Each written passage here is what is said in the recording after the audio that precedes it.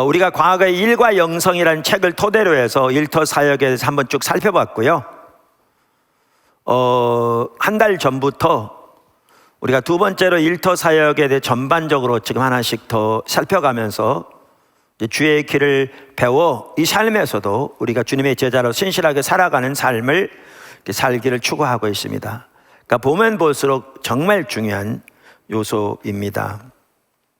오늘은 사실 오늘 이 전체적인 부분을 살펴보려고 했는데 여러분 한 분 한 분이 다 신학을 전공한 분들도 아니고, 그러니까 여러분이 이해할 수 있도록 하나하나 설명해야 돼서 이 전체까지는 또 못 살펴볼 것 같고요.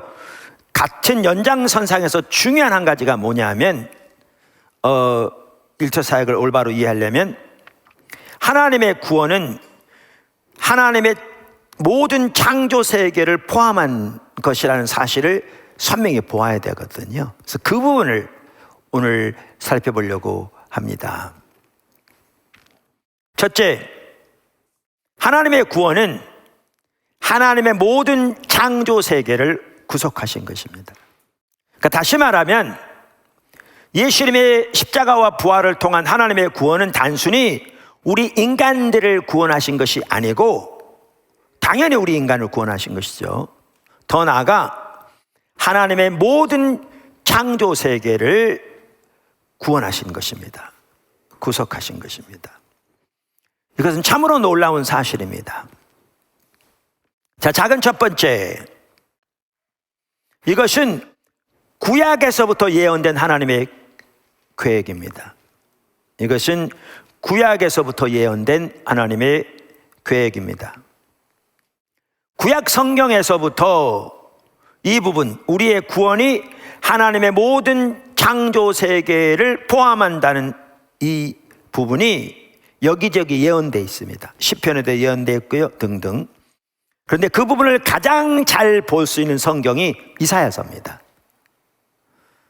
그래서 이 시간에는 이사야서에 나오는 몇몇 구절들을 살펴보면서 구약에 나오는 바로 이 부분에 대한 예언을 살펴보기 원합니다. 2절입니다.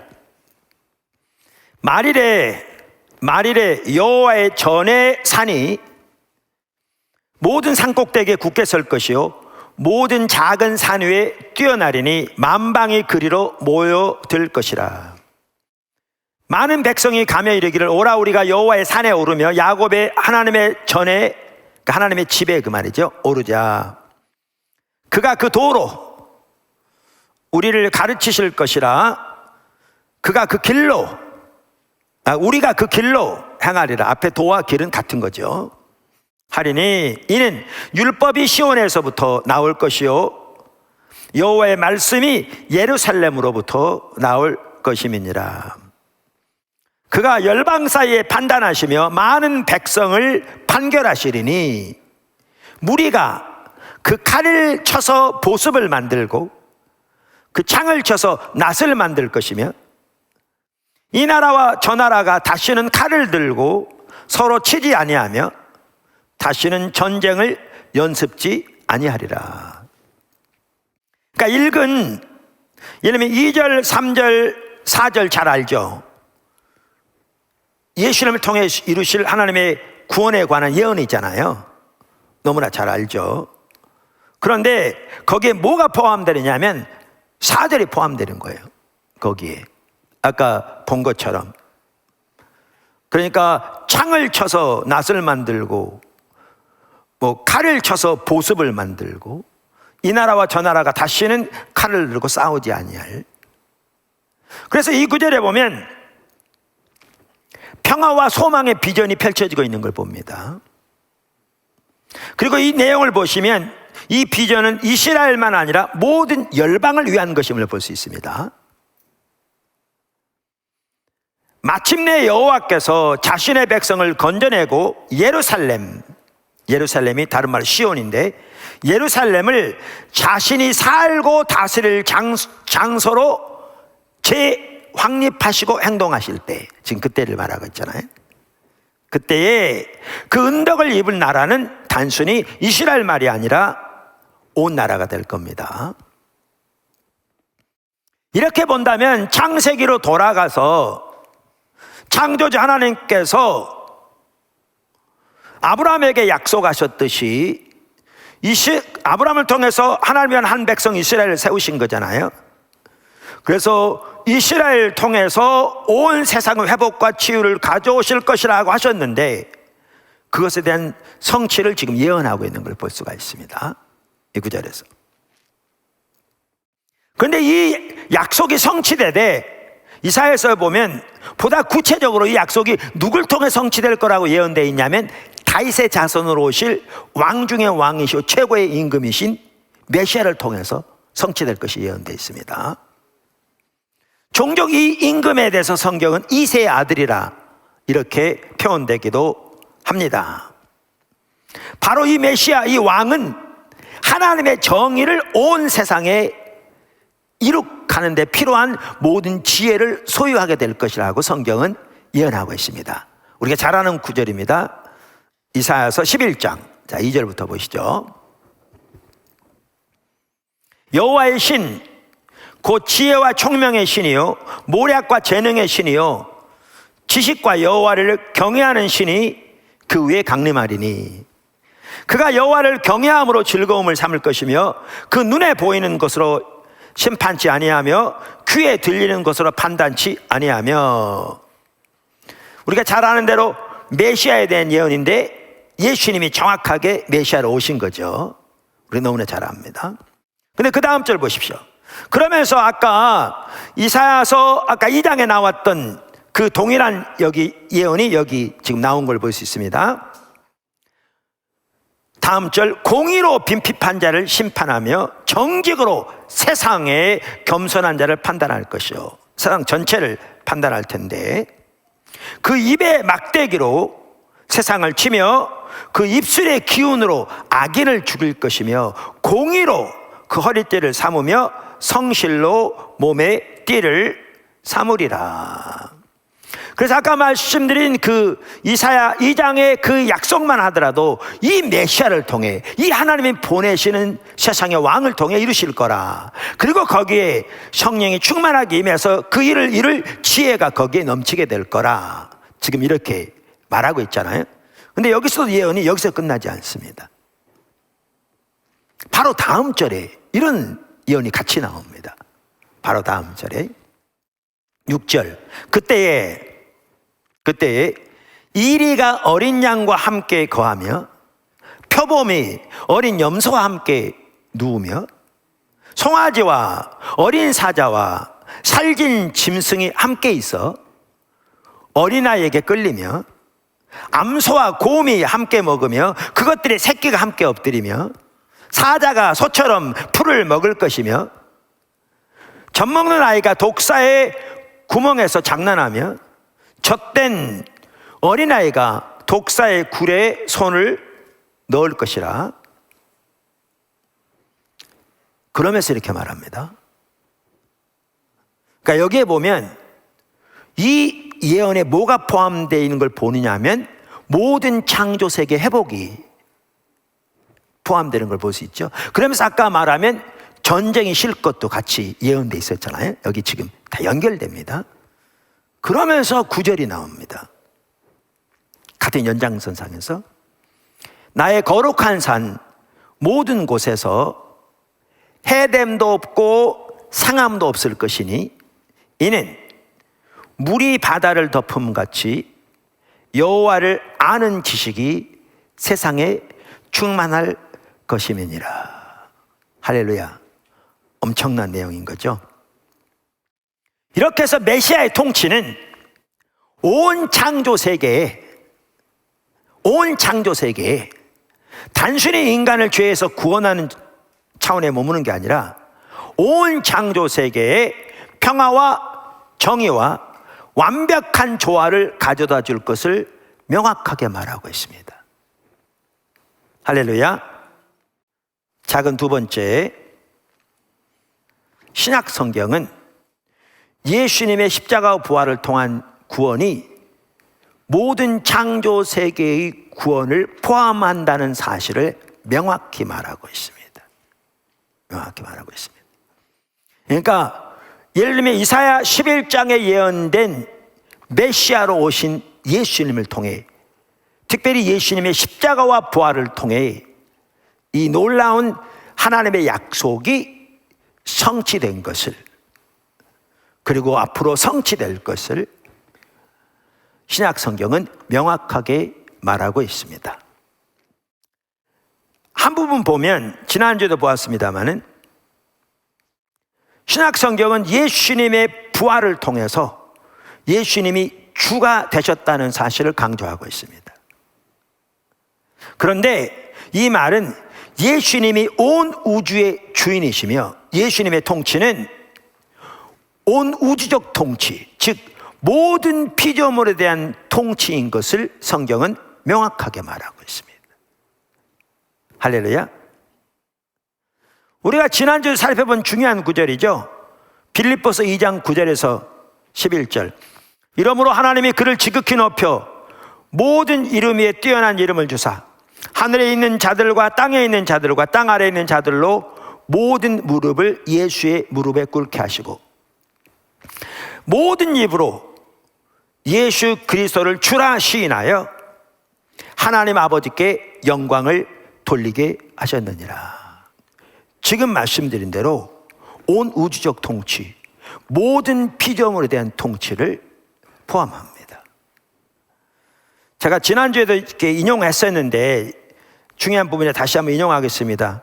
이승현 교수, 하버드에서 PhD를 받은 신약학자인데 아주 귀한 분입니다. 얼마 전에 그분이 바울의 아담 기독론과 새 관점이라는 책을 썼는데 거기에 이렇게 말하고 있습니다.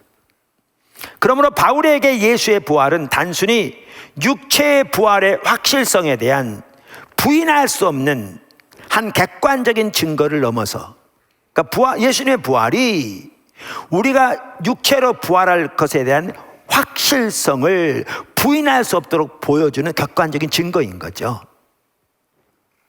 첫 열매. 그런데 그것을 넘어서서 세상의 주로서의 예수의 높아짐과 그의 우주적 통치의 시작을 의미한다. 할렐루야. 예수의 부활이. 그리고 부활한 주 예수의 높아짐은 보이는 것들과 보이지 않는 것들, 그리고 하늘과 땅의 모든 존재들에까지 그 영향을 미치는 전 우주적인 사건이다. 예수의 부활을 필두로 그의 우주의 주로의 높아짐과 하나님 나라의 완성이 계속해서 이어지기 때문이다. 바울에게는 부활한 예수를 통한 이 종말론적 드라마는 하나님에 의해서 계획된 구원의 사건이다. 구약에서부터 예언된. 그래서 여기에 보면 부활을 통해 예수님이 주이신 것이 선명히 증거되어지고 증명되어지고, 그래서 초기 교회는 그것을 선포하기 시작하고 믿고 선포하기 시작했는데, 그리고 그 예수를 믿음으로 구원을 받았는데, 예수의 주되심은 말씀드린 대로 모든 피조물에 대한 주권적인 통치를 포함하는 것을 명확히 했습니다. 그리고 예수님의 부활이 우리의 부활에 대한 모델인 것, 정의 지난주에 살펴봤죠. 창조 세계를 새롭게 하시는 그 새 창조에 대한 정확한 모델입니다. 정확하게 모델입니다. 이게 아주 중요합니다. 더 나아가 예수님의 부활이 새 창조에 대한, 우리의 부활에 대한 원동력이기도 합니다. 그래서 예수님의 부활이 그만큼 중요한 겁니다. 그래서 예수님의 부활이 우리 신앙의 모든 것의 기초입니다.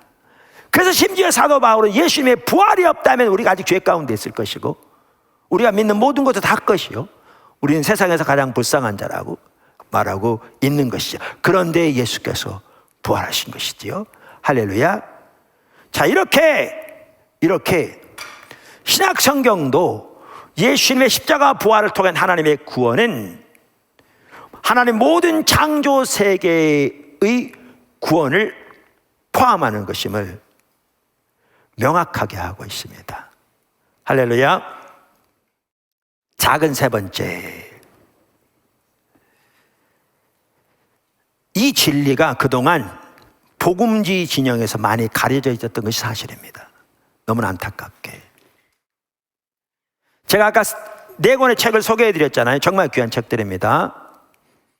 근데 그 중에 팀 켈러 목사님, 미국의 리디머 교회 뉴욕에서 정말 귀한 목사님이고요. 세계적으로 아주 귀한 분으로 이렇게 인정되고 또 하나님의 귀한 사람입니다.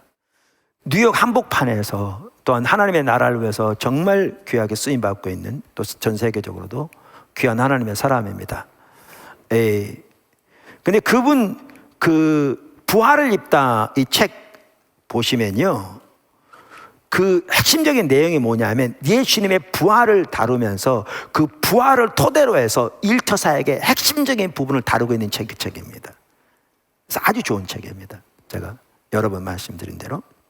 그러면서 그 팀 켈러 목사님도 부활을 입다라는 이 책에서 뭘 언급하고 있느냐 하면 복음주의 보수주의 교회에서 이 핵심적인 진리가 그동안 가려져 있었던 것이 사실이다, 그 말이죠. 가려져 있었던 것이 사실이다. 그러면서 그 책에서 그는 이렇게 얘기합니다. 예수님의 죽음과 부활이 오직 개인의 죄사함만 보장하고 사후에 천국에 갈 길만 열어준다고 해도 여전히 놀라운 진리일 것이다. 할렐루야. 하지만 그보다 엄청나게 깊은 의미가 있다. 근데 후주에 보면 이런 설명이 있어요. 이 책의 중심 주제는 예수님의 부활이 단지 극적인 기적이 아니라 미래의 하나님 나라를 출범시켰다는 것이다. 할렐루야. 장차 그 나라에서는 만물이 하나님의 영광을 위해 복종함으로써 새롭게 되고 치유될 것이다.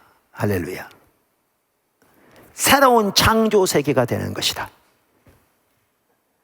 이 나라는 2개의 축으로 이루어진다. 사실 이 하나하나의 부분은요, 톰 라이트 박사와 정확하게 같은 이해를 가지고 있어요. 어떤 부분은 여러분 그 4권 책을 같이 보면 알겠지만 그 용어까지도 같은 용어를 쓰고 있습니다. 2개의 축으로 이루어진다. 첫째로 하나님의 영광이 이제 하늘의 영역에서 땅으로 임했다. 예수님의 부활을 통해 나타난 하나의 축은 하늘의 영광이 땅의 세계로 임했다는 겁니다. 이 부분은 앞으로 좀 더 계속 진행되면서 그 의미를 살펴보게 될 것입니다. 단지 가끔씩 일시적으로 나타나거나 심지어 성전의 지성소에 머무는 것이 아니라, 이게 구약시대 그랬던 거죠. 머무는 것이 아니라 하나님의 백성 안으로 들어왔다. 이게 하나고요. 둘째로 부활하실 때 예수님은 미래의 창조 세계를 현재의 세상 속에 들어놓으셨다. 2 축인데 하늘이 땅에 임한 거고 다른 하나는 미래가 현재로 임한 겁니다. 미래의 창조 세계를 현재의 세상 속으로 들여놓으셨다. 그래서 죄와 사망의 시대인 옛 세상이 이제 새 세상과 겹쳐졌다. 많은 사람들이 겹쳐졌다는 용어를 많이 사용하거든요. 인간의 역사 안에 2세대, 즉 흑암과 죄의 현 세대, 그리고 빛과 선으로 충만한 장차 올 세대가 지금 공존하고 있는 것이다. 각 인간은 각자는 계속 현 시대의 지배 아래 남아 있을 수도 있고, 자기 선택에 따라서 장차 올 세대로 옮겨질 수도 있다. 예수를 믿음으로. 이건 각자의 선택에 따라서. 예수를 믿음으로. 하나님의 나라는 이미 임했으나 또한 역사의 종말에 완성될 것이다. 여기도 역시 2단계죠. 이미, 아직. 부활하신 그리스도와 믿음으로 연합할 때 우리도 믿음으로 그리스도와 함께 살리심을 받아 천국의 실제에 대해서, 그리고 미래의 하나님의 나라의 능력과 삶에 부분적으로나마 실제적으로 참여한다. 아까 2 축이라고 그랬잖아요. 뭐라고요? 하늘이 땅에 임했다. 그 다음에 또 하나 뭐라고요? 미래가 현재 임했다. 그러니까 우리가 예수를 믿음으로 예수님과 하나 되게 되는데, 믿음으로 연합되질 때 우리는 어떻게 되느냐? 하늘이 땅에 임한 이 세계에 우리가 같이 동참할 뿐만 아니라 미래의 새 창조가 이 현재로 들어오게 되는데 거기 참여하게 된다, 그 말이죠. 이게 우리 구원이고 우리 신앙입니다. 할렐루야. 실질적으로 참여하게 된다. 비록 부분적일지 몰라도. 왜냐하면 그것의 완성은 예수님 다시 오실 때 있을 거니까. 그러므로 예수님의 부활을 이해한다는 것은 곧 어떻게 이 새 생명이 들어와서, 이 부활의 능력이 들어와서, 예수님 십자가 부활을 통해 새 생명이 들어와서, 그러면 세 가지 영역에서 영향을 미친다는 겁니다. 세 가지 영역에서 들어와서, 첫째, 우리를 개인적으로 변화시키고, 둘째, 교회라는 하나님 나라의 공동체를 새로 탄생시키고, 할렐루야. 여기에 교회의 중요성이 있습니다. 셋째, 우리에게 이미 지금부터 세상을 재편하고 쇄신할 능력을 주는지를 이해하는 것과 같다. 무슨 말 이해되십니까? 우리의 구원을 통해, 예수님 십자가 부활을 통해 새 생명이 이미 들어오게 되었는데, 하나님 나라가 이미 임한 거잖아요. 임했는데 이 새 생명이, 이 부활의 능력이, 이 새 창조의 능력이 이미 역사하고 있는데, 이게 특히 세 가지 면에서 역사하고 있다는 거죠. 하나는 우리를 개인적으로 변화시키는, 하나님의 자녀가 되게 할 뿐만 아니라 주님 형상으로 날마다 변화되게 하시는 하나님과 관계에서. 하나는, 두 번째는 뭐라고요? 아까 교회라는 하나님 나라의 공동체를 새로 탄생시킨, 교회가 그만큼 중요하거든요. 잘 알죠? 여기까지. 근데 세 번째 이 부분이라는 거예요. 이 새 생명이 하신 일이 뭐냐 하면, 우리가 지금부터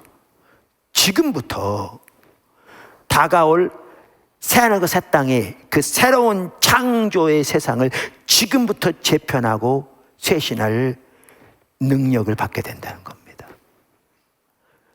이게 이제 연속성과 불연속성 다음 시간에 나올 내용입니다. 사실 오늘 하려고 했는데 이런 부분까지 살펴보려면 시간이 너무 많이 걸려서, 예수님의 부활이 전적으로 이렇게 새롭게 부활하셨잖아요. 근데 있는 몸은 그냥 썩어버리고 새롭게 된 게 아니라 그 몸이 변화된 거거든요. 지난주에 바로 연속성과 불연속성 너무나 중요한 부분 살펴봤잖아요. 그러니까 예수님이 다시 오실 때, 그때까지 살아있는 사람은, 그 전에 죽은 사람은 썩어지지만 씨앗으로 비웃대, 씨앗이 썩어지지만 씨앗의 형태를 따라 연속성을 가지고 불연속성이 더 크지만 새로운 부활의 몸으로 부활하게 될 거지만 그 신분이 그대로 살아날 거거든요. 연속성. 근데 예수님이 다시 오실 때, 그때까지 살아있는 사람들은 육신의 몸이 따로 썩어져 없어지는 것이 아니라 이 몸에 하나님의 영광이 덧입혀져서 부활의 몸으로 변화될 것이거든요.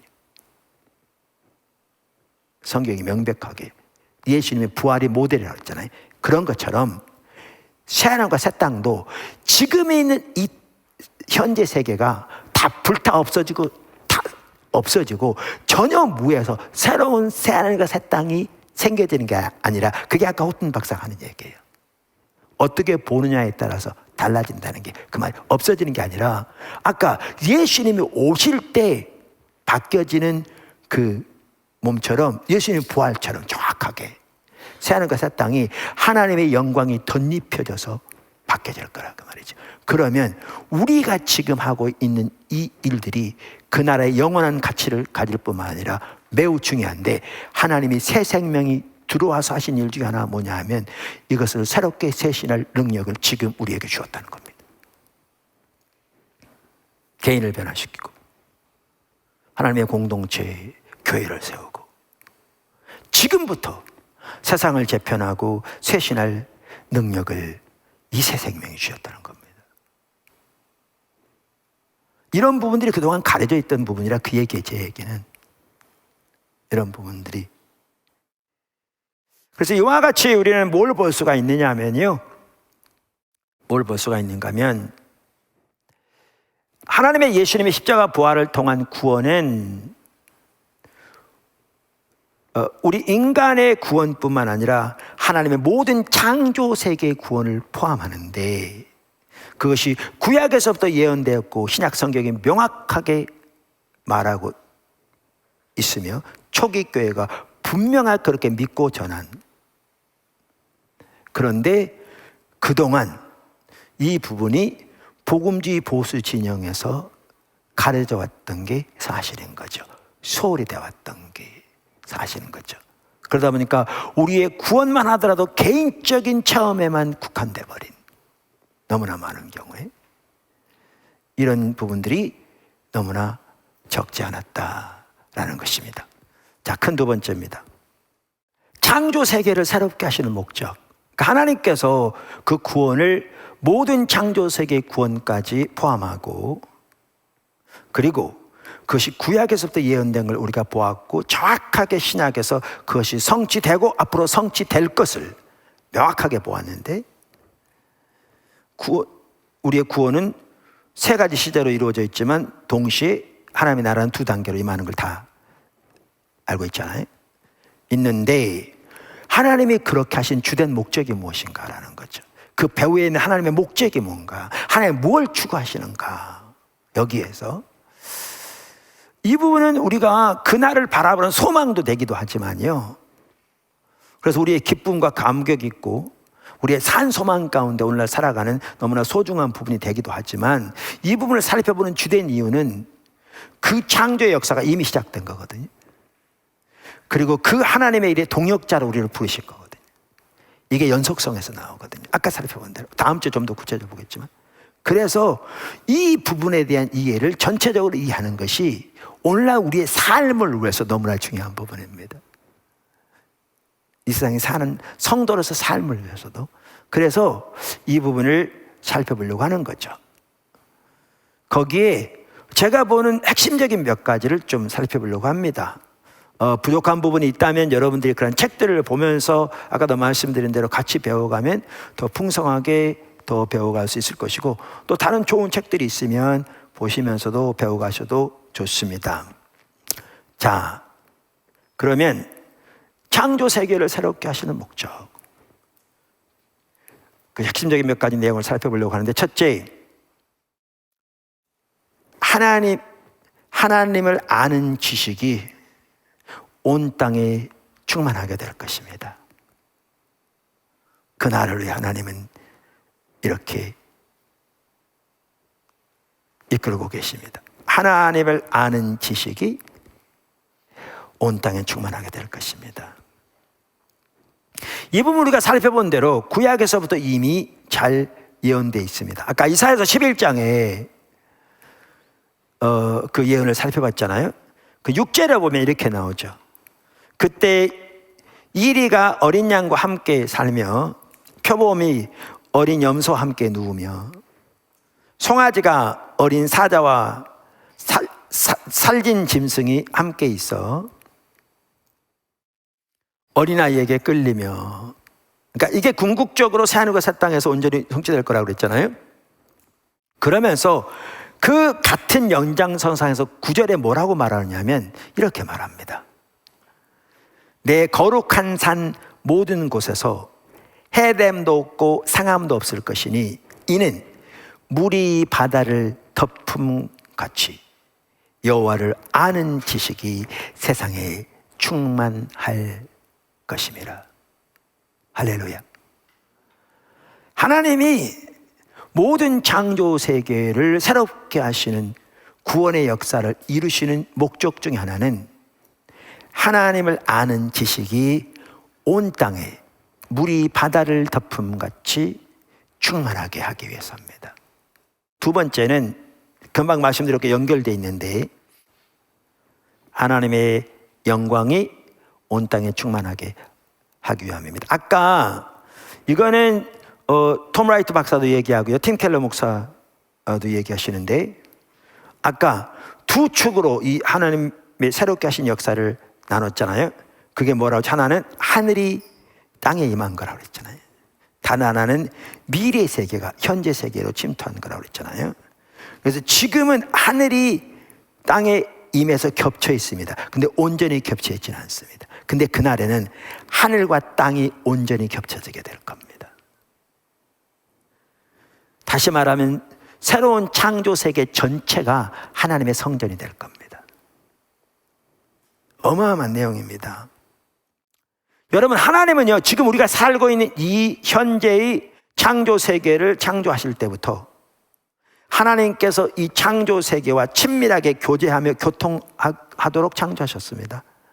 하나님 형상으로 창조된 우리 인간과, 그래서 아담과 하와만 하더라도 하나님과 어떻게 교통하셨는지를 우리는 너무나 잘 알고 있습니다. 창세기 2장 3장 등에 보시면 그 부분을 잘 볼 수 있고요, 제 책에도 여러 군데 소개되어 있습니다.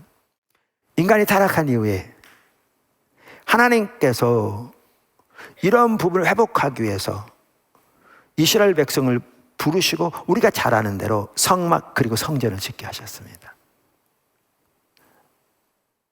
하나님의 성막 혹은 하나님의 성전은 핵심이 뭐였느냐? 하나님의 영광이 거하는 곳입니다. 아까 말한 대로. 하나님의 영광이 거하시면서 거기에서 하나님의 백성과 하나님의 만남이 이루어졌습니다. 만남이 이루어졌습니다. 이 한 부분을 잘 볼 수 있도록 그 예언하고 있는 구절이 출애굽기 29장이라고 우리가 여러 번 봤잖아요. 그죠?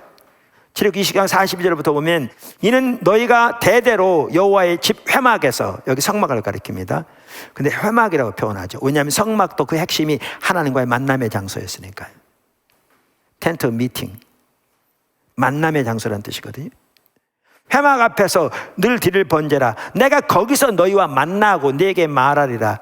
내가 거기서 이스라엘 자손을 만나리니 내 영광으로 말미암아 회막이 거룩하게 될지라. 내가 그 회막과 제단을 거룩하게 하여 아론과 그의 아들들도 거룩하게 하여 내게 제사장 직분을 행하게 하며 내가 이스라엘 자손 중에 거하여 그들이 하나님이 되리니 그들은 내가 그들의 하나님 여호와로서 그들 중에 거하려고 그들을 애굽 땅에서 인도하여 낸 줄을 알리라. 나는 그들의 하나님 여호와니라. 핵심이 뭐냐 하면 하나님께서 그들 가운데 영광으로 거하시며 그들 가운데 머무시며 운행하시며 그들에게 그들과의 만남이 이루어지는 거죠. 그들에게 말씀하시고 그들을 지도하시고 그들 가운데 그들을 통해서 역사하시는, 이것이 가장 이루어지는 것이 어디였느냐? 회막 성막이었습니다. 그래서 하나님 이스라엘 백성들 언약을 맺으시면 곧바로 성막을 말씀하시고 솔로몬을 통해서도 성전을 짓게 하시고요, 다윗의 언약에 있어서도, 심지어 학계 시대는 이스라엘 백성들이 바벨론 포로 도하라와 있음에도 불구하고 성막이 아직 성전이 세워지지 않으니까 전혀 회복되지 않은 것으로 보이시죠. 이게 하나님의 의도였습니다. 그래서 아까 하나님이 부분적으로 임하시고 간헐적으로 임하시고 성전에 머무셨던 게 구약시대라고 말씀드렸잖아요. 아까 그랬는데 신약시대에 와서 예수님께서 십자가 못 박혀 죽으시고 부활하셔서 승천하시고 성령을 우리에게 보내주시면서 우리 개개인의 성도와 하나님의 성령이 거하시는 교회가 하나님의 성전이 되었습니다. 팀 켈러 목사님도 그분의 책 3장에서요 이 부분을 잘 다루고 있는데, 성막이 지어지잖아요. 나중에 성전이 지어지잖아요. 근데 이게 에덴 동산을 그대로 담게 만들었다는 거죠. 성막 프로젝트. 그러면서 이렇게 말합니다. 성막이라는 방식을 통해 하나님은 잃었던 것을 다시 되찾기 시작하셨다. 에덴 동산의 많은 특징이 성막에는 물론이요 이후에 지어진 성전의 설계에도 그대로 등장한다. 에덴 동산과 성막은 둘 다 입구가 동쪽으로 나 있었다. 하나님의 직접 임재를 상징하는 천사 무리가 에덴 동산 입구를 지켰고 성전 입구에도 새겨졌다. 성전 건물의 벽과 기둥과 기구와 휘장 등 모든 부위가 가득 채워진 종려나무와 사자와 석류와 동물과 꽃은 거기에 새겨진 꽃은 에덴 동산을 생생히 연상시키기에 충분했다. 성막은 하나님의 지상 거주가 회복되는 출발점이었다. 그러면서 더 나아가 이렇게 말합니다. 팀 켈러 목사님은 새하늘과 새 땅에 대해서 말씀하시면서 예수님이 이 땅에 다시 오실 때 하나님의 새 도성은 지성소처럼 완전한 정육면체다. 종말에는 온 세상이 거대한 지성소가 될 것이라는 은유다. 온 땅이 에덴 동산이 된다. 왜 그럴까? 마침내 우리가 다시 그분을 영원히 대면하여 보기 때문이다. 새하늘과 새 땅의 핵심, 이 새하늘, 새 땅, 온 우주가, 새 창조가 하나님의 지성소가 될 것이고요. 하나님과 우리와의 대면하의 만남이 이루어질 뿐만 아니라 하늘이 땅과 정확하게 겹치게 될 것입니다. 작은 세 번째, 그날에는 하나님의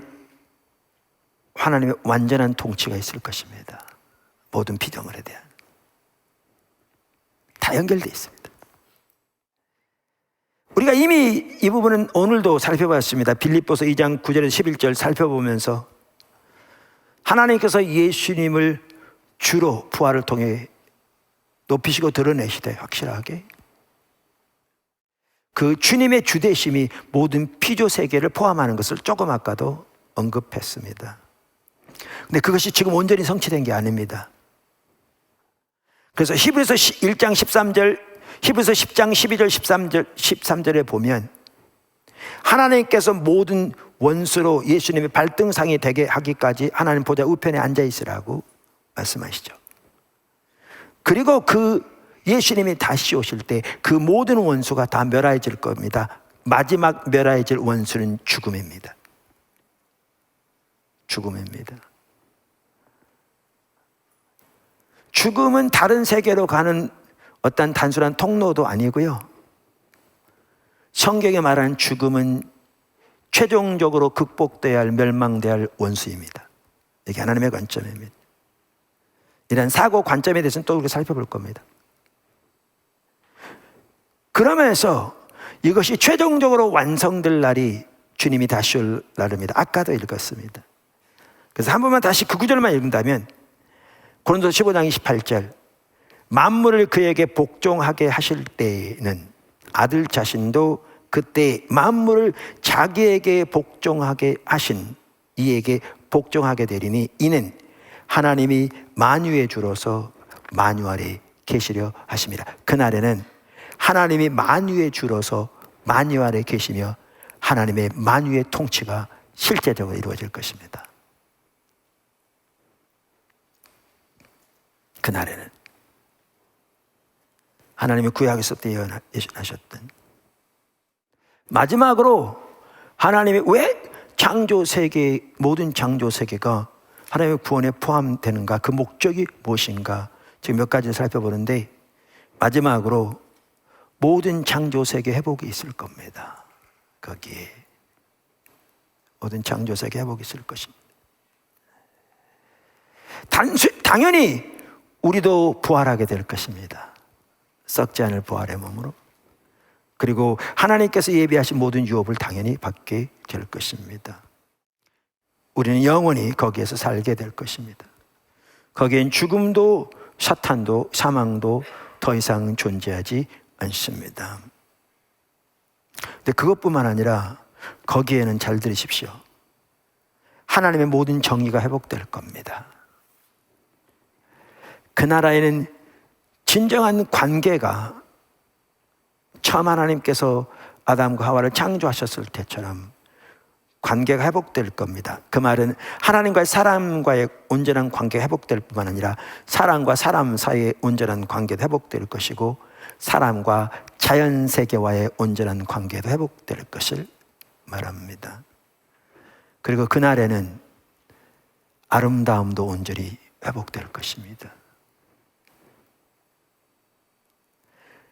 이 모든 창조 세계에 대한 하나님이 의도하셨던 모든 창조 세계에 대한 하나님의 뜻과 목적 온전하게 회복되어질 것입니다. 그래서 우리 모두가 정말 이 위대하신 주님의 구원, 또 우리를 향한 그 위대한 사랑, 또 소명, 우리의 목표, 또 이 시대를 향한 하나님의 음성 우리가 듣고 순종함으로 정말 하나님의 놀라운 그 뜻이 우리 가운데 우리를 통해서 이루어지고 우리가 그 미래의 승리를 오늘 마음껏 맛보며 땅에 임한 하늘의 능력을 힘입어 살아가는 저와 여러분이 되기를 주님의 이름으로 축원합니다. 아멘.